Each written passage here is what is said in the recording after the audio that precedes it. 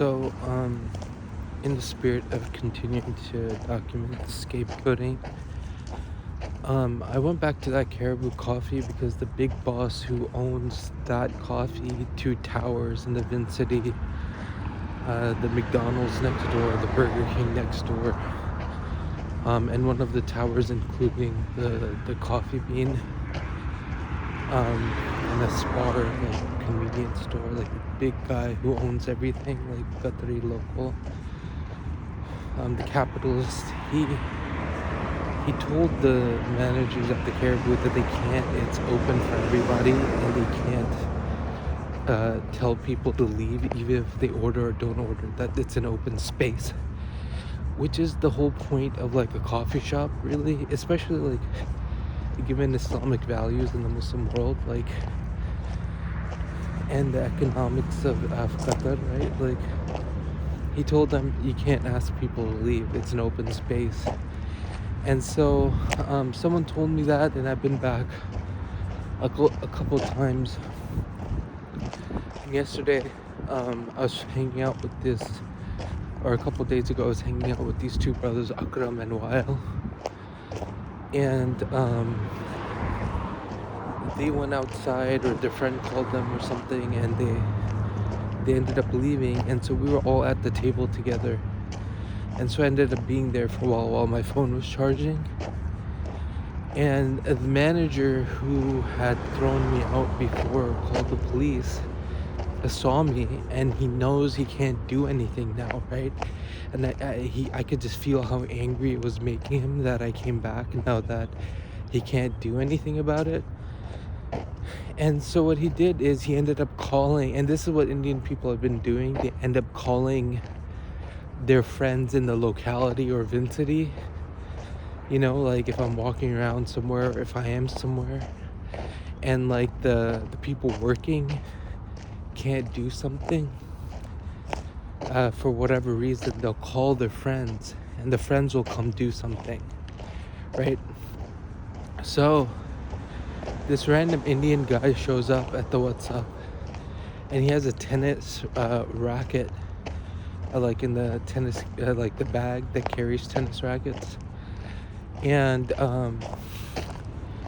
he sits down like right in front of me, and at my table, and he makes the excuse that he's like, first he plugs in his phone, like it's one of the only open sockets, I guess, and that happens, you know, but everyone else like asks, you know.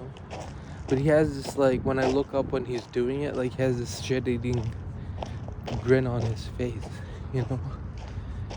And it's like this, they always do this. They're, like, in the gray area where, like, what they're doing, like, as a particular instance, can never be, like, interpreted, like, clearly to be something that's wrong.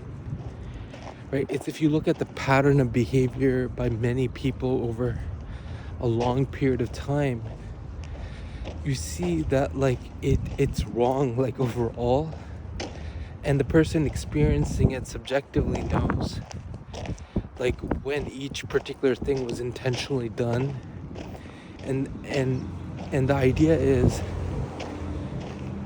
right, like the idea is like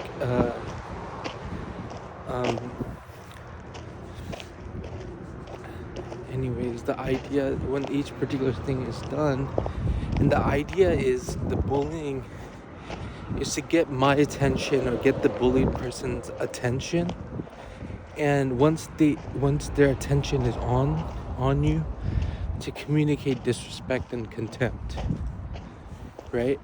And so once he's down there, like he keeps looking up at me, like while I'm working on my phone, he keeps looking up at me, and he calls someone, talks loudly on the phone, moves his chair around a lot, you know, this sort of thing. And before he goes, he makes this noise. But the thing is, I've allowed myself to come to a point where, like, if they're not doing something that can clearly be seen as like transgression from the outside by other people in the moment, I realize they're being cowards, right? Because they're committing acts of war without declaring war, right? They're flying under the radar, trying to make you look crazy for reacting that way to the particular thing. And so as long as they're not doing something that's like openly transgressive, like if I got to a fight in Louisiana because the person like openly said something to like humiliate me or degrade me, but Indian people aren't like that, right?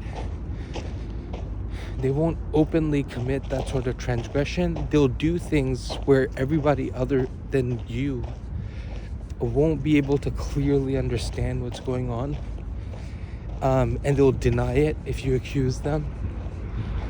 But it's where like you feel the disrespect, you feel the contempt. They've gotten your attention and they've communicated contempt and disrespect in a way that you understand what they're doing.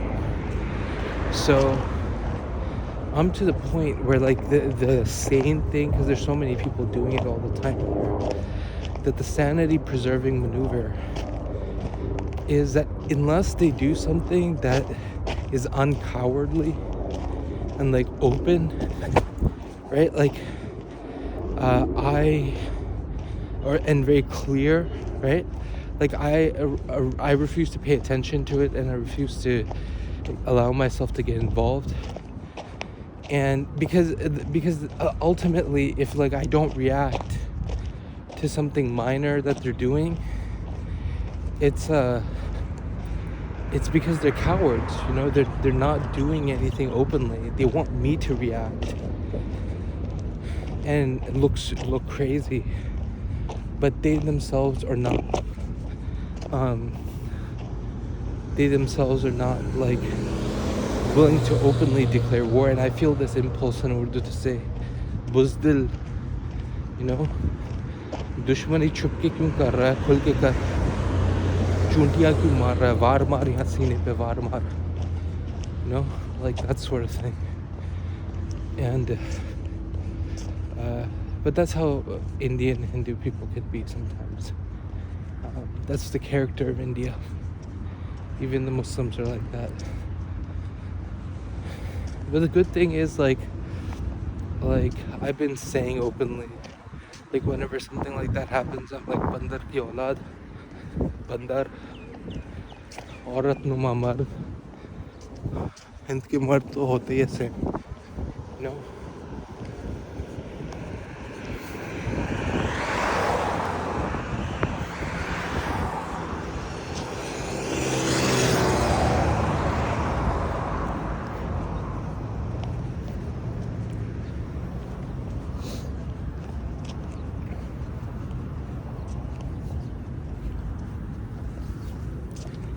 Anyways,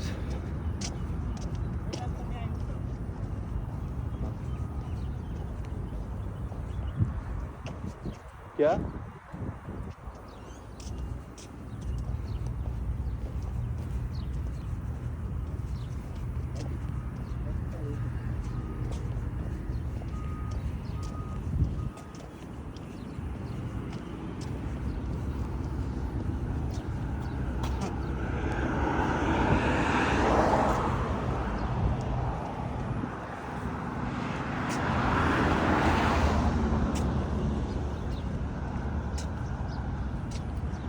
So Indian men are just like that. They're womanly inside.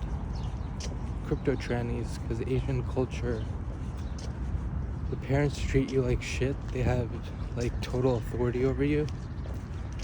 And so the locus of authority is outside yourself. You're compelled by external authority. You don't have internal choice at all. And you expect other people to conform with the same. And if they don't conform because they're not from Eastern society, then that person is punished and scapegoated by social abuse. And they think that's normal behavior, but that's genocidal, human rights violating behavior. It's genocidal, human rights violating behavior. And I think there's this intersection where quintessential scapegoating and quintessential human rights violations are a direct expression of sick human psychology, like psychopathy, sociopathy, malignant narcissism, you know? And that needs to be understood, that human rights violations are a direct consequence of sick human psychology, and that human psychology can actually be identified and addressed long before any atrocities occur. Anyways, I'm gonna end this one there.